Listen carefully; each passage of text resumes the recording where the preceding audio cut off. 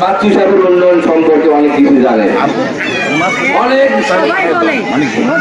এই যে অনেকে বলে গ্রামগঞ্জে গিয়ে অনেকে দেখেছেন, অনেকে শুনবেন, যদি কোনো গ্রামে যান দেখবেন যে এমন কোন গ্রাম নাই যে তার 10-12টা টিউবওয়েল নাই, যাতে করে গরিব দুঃখী পানির কষ্ট না হয়। এই জন্য টিউবওয়েল পুঁতি দিয়েছেন রাস্তার ধারে ধারে।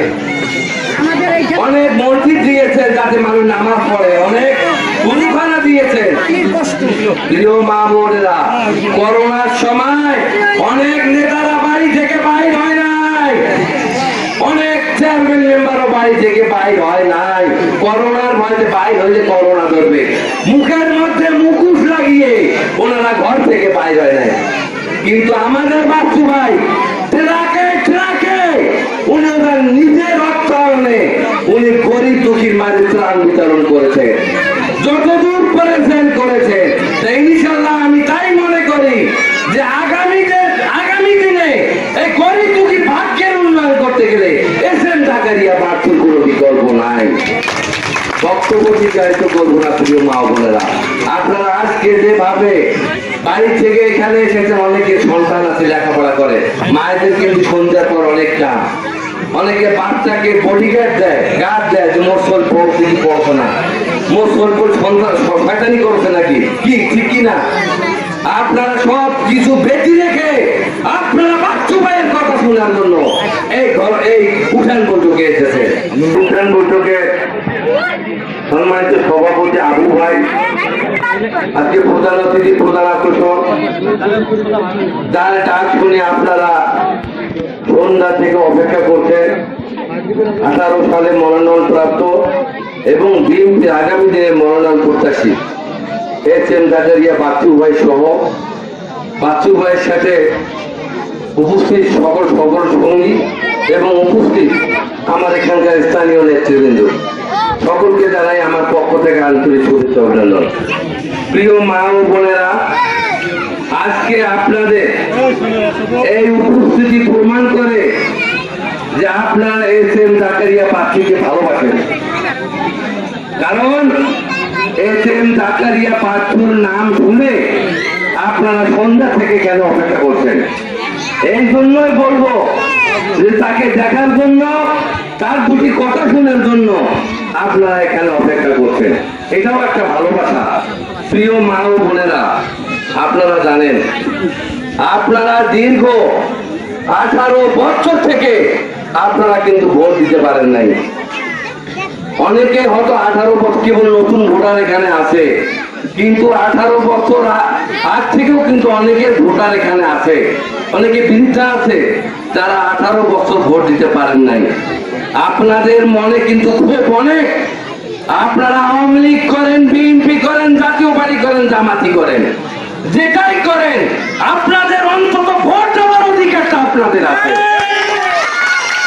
আপনারা ভোট নৌকায় মারেন বা ধানের শীষে মারেন বা দাড়ি পাল্লায় মারেন বা লাঙ্গলে মারেন, কিন্তু ভোট দেওয়ার অধিকার এটা আপনাদের কিন্তু আছে।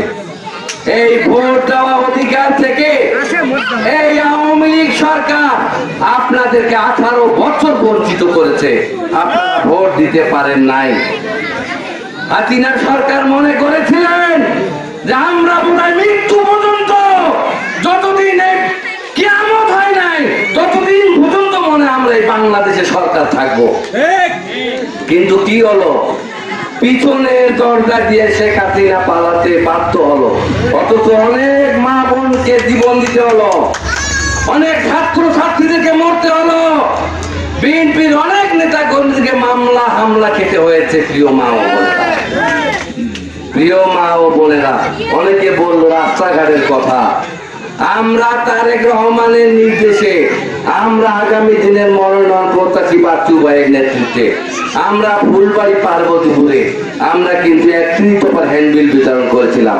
তারেক রহমান নির্দেশ দিয়েছিলেন যে আমার 31 দফা আপনারা ঘরে ঘরে প্রতিটি মানুষের সামনে পৌঁছিয়ে দাও।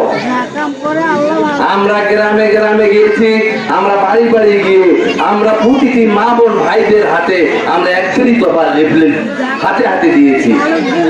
যা আমরা দেখতে পেয়েছি, আপনারা জানেন যে আওয়ামী লীগের নেতারা বলেছিলেন যে আমাদের বাংলাদেশে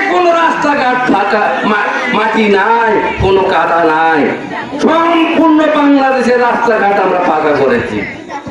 তা সারা বাংলাদেশের কথা আমি বলবো না। আমরা ফুলবাড়িতে গিয়েছিলাম, সেখানে দেখি ধুলার সময় গিয়েছিলাম, হায় রে ধুলা, গায়ে পাউডার দিতে হবে না। আমরা মোটর সাইকেলে গেছি, সাদা ভূত হয়ে বেরিয়েছি। বাড়িতে আমাদের বাড়ি বলে ভুল ভূতে সাদা কেন, এটা হচ্ছে প্রাকৃতিক পাউডার। প্রিয় মা ও বোনেরা, ওই পার্বতী বলে রাখে দশা, ওই ধুলার সময় ধুলে, এখন কাদার সময় আসছি, কাদার সময় আর মোটর সাইকেল চলা যায় না, স্লিপ কাটে একদিকে তাকা যায়, এত কাদা। প্রিয় মা, ওই রাস্তাঘাটের কথা কিছুক্ষণ আগে বক্তব্য দিলেন। আমার বাড়িতে ভ্যান আলা যায় না, রিক্সা আলা যায় না, 10 টাকার ভাড়া 50 টাকা যায়। কেন ভাই? তারপর 50 টাকা দিবে লাগবে, যে রাস্তার মোট কিউটার যে দাম এখন পাশ হয়ে যাবে, রিং ভেঙা হয়ে যাবে, এত রাস্তা খারাপ। এমন এক ব্যাপার স্যাপার। একদিন বিশ্বাস করবেন না, আমার নাতিব ওইসব রাস্তায় কিন্তু যদি কোনো মা বোনের প্রসবের ব্যথা ওঠে, আমার মনে হয় হাসপাতাল যাইতে হবে না, ওই ধাক্কা খাইতে খাইতে বাচ্চার মা হতে হবে। একদিন আমার নাতি বউয়ের কিন্তু প্রসবের ব্যথা হচ্ছে, ভ্যানের দরকার। তা কফের দাদা মাইক্রো মানে এতটাই তো নাতি মাইক্রো করে পাইবেন, ভ্যানও যাও, ভ্যানও যাইতে যাইতে বাচ্চা হয়ে গেছে। আমি কইলাম তোমার তো ভাগ্য ভালো, মেডিকেল গেলে মেশন গেলে 10,000 টাকা বিল হয়, 20,000 টাকা বিল হয়। তা হাসিনে তো ভালো উন্নয়ন করছে না, কোথায় বাচ্চারা যদি ভ্যানের না পড়ি মাটির পয়সা তো মুসলিম মরি গেল হয়। প্রিয় মা বোনেরা, এই হচ্ছে অবস্থা। বক্তব্য দীর্ঘায়িত করবো না, ইনশাল্লাহ আগামীতে যদি ধানের শীষের প্রতীক পেয়ে আপনাদের রায় নিয়ে যদি এসএম জাকারিয়া বাচ্চু এমপি হয়, আপনাদের অন্তত রাস্তাঘাট ফাঁকা হবে, এটা নিশ্চিত থাকবে। আপনাদের ট্রেন হবে, কালভার্ট হবে, এটার কোনো বিকল্প নাই।